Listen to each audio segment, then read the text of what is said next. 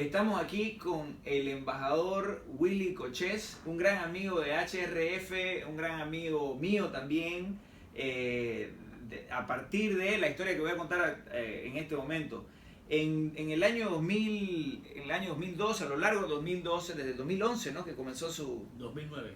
Desde el 2009 que comenzó su cargo como representante permanente de Panamá en la OEA, justo despuesito del golpe en Honduras, ¿no? Que El generó mismo día, sí, 2 días después. 2 días después del golpe de Honduras, exacto, y nosotros hicimos un informe sobre el tema en su momento. Entonces yo desde ese momento comencé a seguir con frecuencia las charlas del Consejo Permanente, las reuniones del Consejo Permanente de la OEA, y ahí me di cuenta desde el primer minuto que Willy Cochés era uno de los principales, o sea, era el único en realidad, aparte de los representantes de Estados Unidos y de Canadá, que hablaba en favor de los países donde claramente se había producido una erosión grave del orden democrático a lo largo de los años, que eran Venezuela, Bolivia, Ecuador y Nicaragua. Y en particular, él hablaba sobre Venezuela cuando Venezuela en ese momento era quien llevaba la voz cantante, ¿no? Y Venezuela decía, vamos a votar en esta dirección, a suspender a Honduras o lo que sea, y la mayoría de los estados le seguían la corriente. A bajar la suspensión de Cuba. Exacto, por ejemplo, se logró en esos momentos quitar la suspensión de Cuba, que estaba suspendido de la OEA desde 1962. Entonces nosotros, cuando no lo conocíamos al embajador Cochés en persona, solo yo lo conocía de los videos que habíamos visto de las reuniones, de las sesiones del Consejo Permanente, y lo admirábamos mucho por su valentía, porque hubo un momento en el que nadie decía nada en la OEA. Es decir, ahora en la OEA las voces disonantes son las que no están en el carro de condenar la represión en Venezuela. La mayoría de los estados de la OEA, 20 estados, han firmado una declaración declarando la alteración del orden democrático en Venezuela. Y si bien no es fácil, y esto ha estado liderado en gran medida por el secretario general Almagro, hace varios años, en el 2010, la situación en Venezuela era igual de crítica, era igual de mala, o muy parecida al menos, o era el antecedente a lo que está pasando. Y sin embargo nadie sonaba la corneta, ¿no? Nadie sonaba el pito, y el único que lo hacía en ese momento en un momento más difícil, como digo, que hoy, porque hoy hay muchos estados que están en esa dirección en un momento más difícil, lo hacía el embajador Willy Cochés. Entonces nosotros, cuando nos enteramos que iba a cesar en ese puesto por decisión del presidente Martinelli, ¿no? Que iba a cesar en el puesto de representante permanente de Panamá en la OEA, porque desde allí él criticaba abiertamente a Venezuela. Cuando eso ocurrió, escribimos este artículo en Foreign Policy con el presidente de HRF, con Thor Halvorsen, que se llamó The Inconvenient Diplomat, ¿no? Donde hacemos un recuento de 6-7 páginas sobre las cuestiones heroicas que hizo el embajador Willy Cochés como diplomático. Hoy el Inconvenient Diplomat, por lo menos hace un año, era Luis Almagro, y poco a poco ha creado un movimiento pro democracia en la OEA, pero antes era y por muchos años el único que lo hizo fue el embajador Guillermo Cochés. O sea que quiero preguntarle, como quien, luego de esta introducción, quiero preguntarle cómo ve usted hoy la OEA en el contexto de que usted jugó un rol tan importante en un momento en que nadie decía nada, al criticar usted, al hacer pedir un minuto de silencio por la muerte de Osvaldo Payá en Cuba, por criticar el autoritarismo en Venezuela. ¿Cómo ve ahora lo que ocurre en la OEA y cómo recuerda esos años? Definitivamente que hay un cambio muy grande, un cambio que no lo esperábamos, porque cuando se eligió a Luis Almagro y tomó posesión, las expectativas eran muy malas.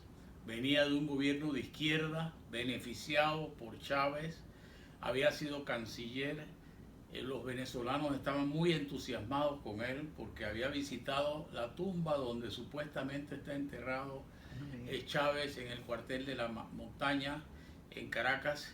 Así que las expectativas con Luis Almagro eran muy bajas. Sin embargo, superó con creces la triste labor de José Miguel Insulza, y le ha dado a la OEA la credibilidad que requería, y ha puesto a muchos gobiernos que antes se mantenían neutrales, como México, a luchar en favor de lo que en mi momento yo denuncié, que la democracia en Venezuela estaba muy enferma y se ha comprobado, y todo lo que yo dije y lo que he venido diciendo después que salí del cargo, porque mucha gente pensó, ahora que votan a Cochés, lo destituyen, ya dejó de hablar sobre Venezuela porque ya no tiene el sueldo de embajador, pero se equivocaron totalmente. Correcto. Denuncié que Chávez estaba muerto antes de lo que el gobierno lo dijera, y en efecto se comprobó 2 años después con lo de Leancy Salazar, el escolta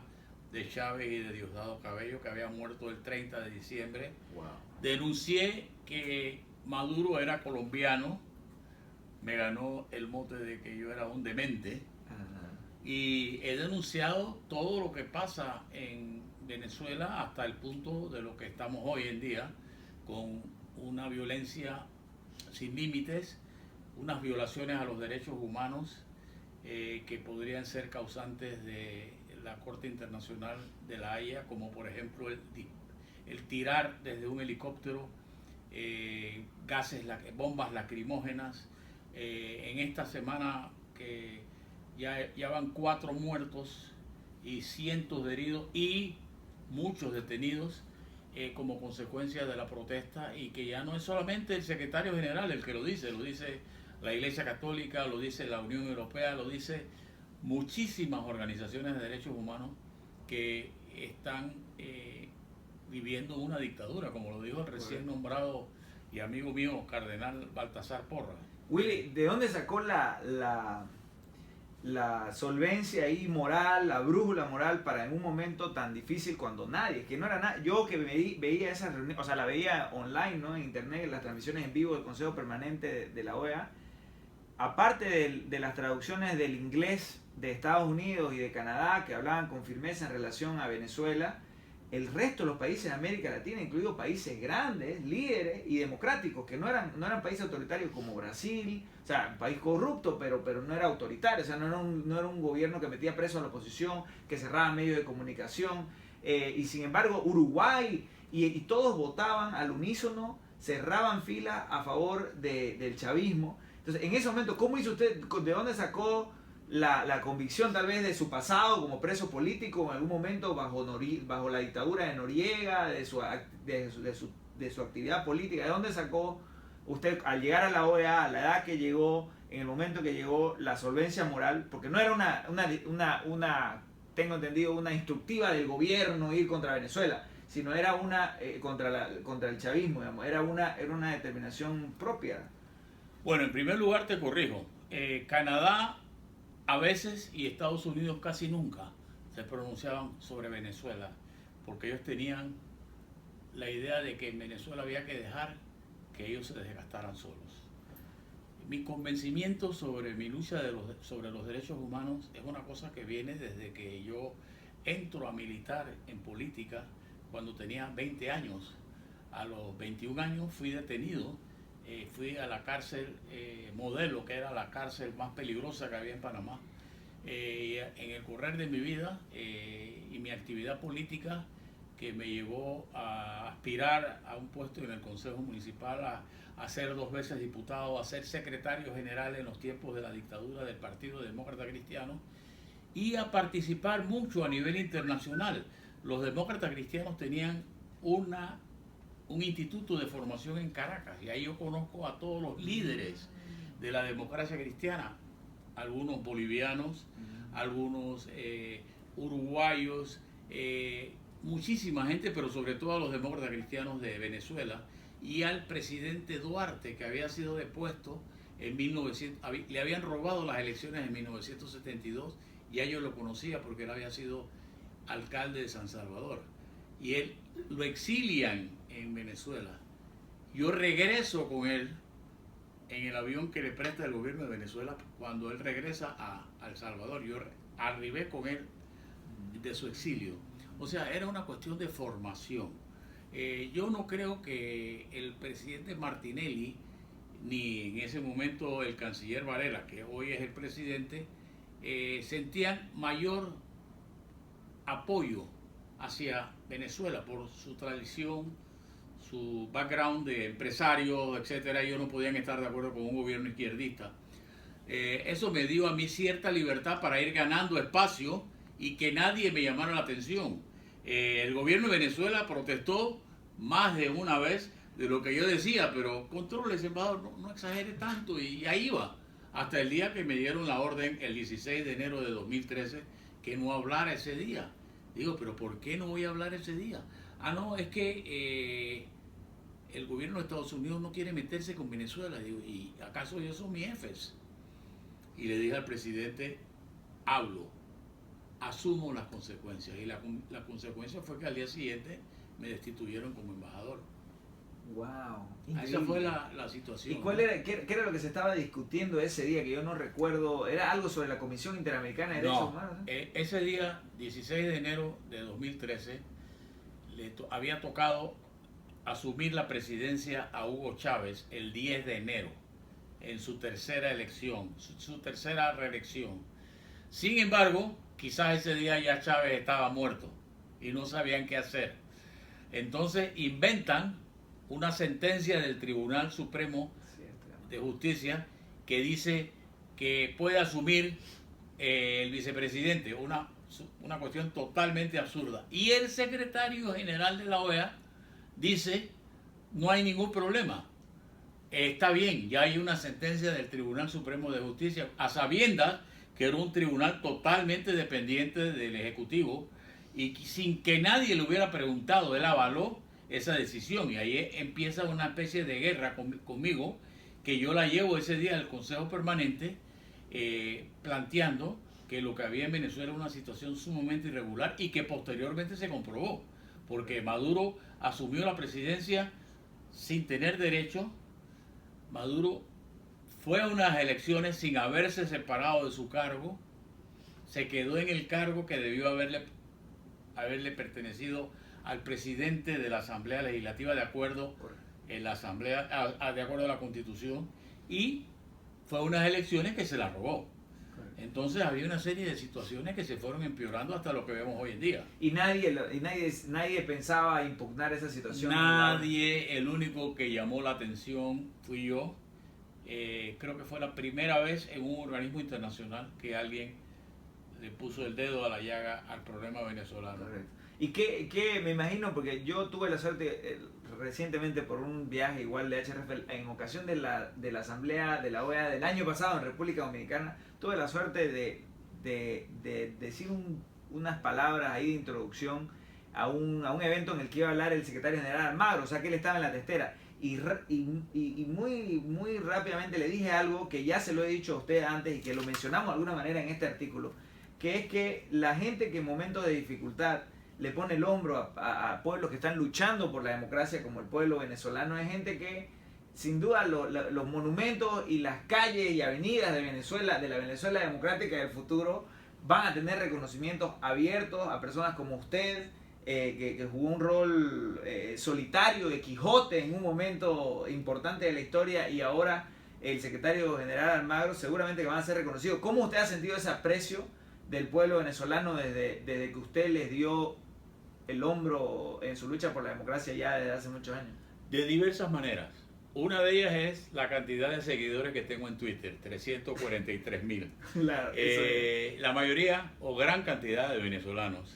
Correcto. Otra forma es que como hay en Panamá tantos venezolanos, de repente voy caminando, ¡ay, usted, el embajador Cochet, vamos a tomarnos una foto con usted! O sea, es una cosa tan repetitiva que me siento parte de la comunidad venezolana, y entonces me invitan a todos sus eventos, pues, ¿no? Claro.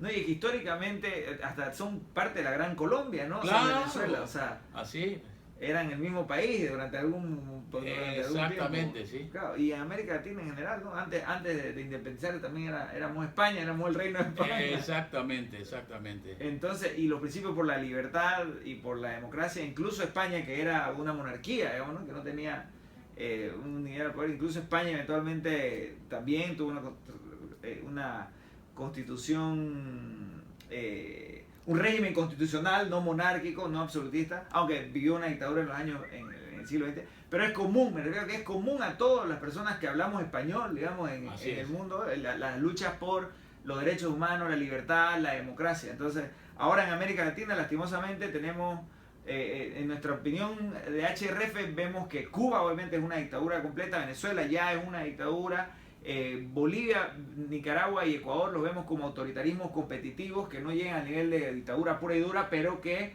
ya no tienen independencia del Poder Judicial, no tienen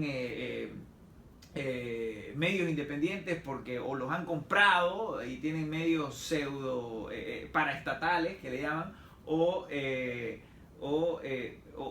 los han cerrado, digamos, por la fuerza, como cerraron a RCTV en Venezuela. Entonces, el panorama es mejor tal vez del que era en los años 70, pero es lo peor que ha estado desde el 2000, ¿no? Y hay algunas cosas que gobiernos democráticos, entre comillas, como el de Panamá, que también incurren en esas fallas de tratar de dominar todos los órganos del Estado, y eso erosiona el sistema democrático y nos lleva a pensar que en un momento dado podemos llegar a imitar a Venezuela, a la Venezuela de Chávez, que quería controlar el Ejecutivo, el Legislativo, el Judicial, como hoy existe. Y entonces esas situaciones se dan también en países pseudo-democráticos como Panamá, que no hay separación de poderes.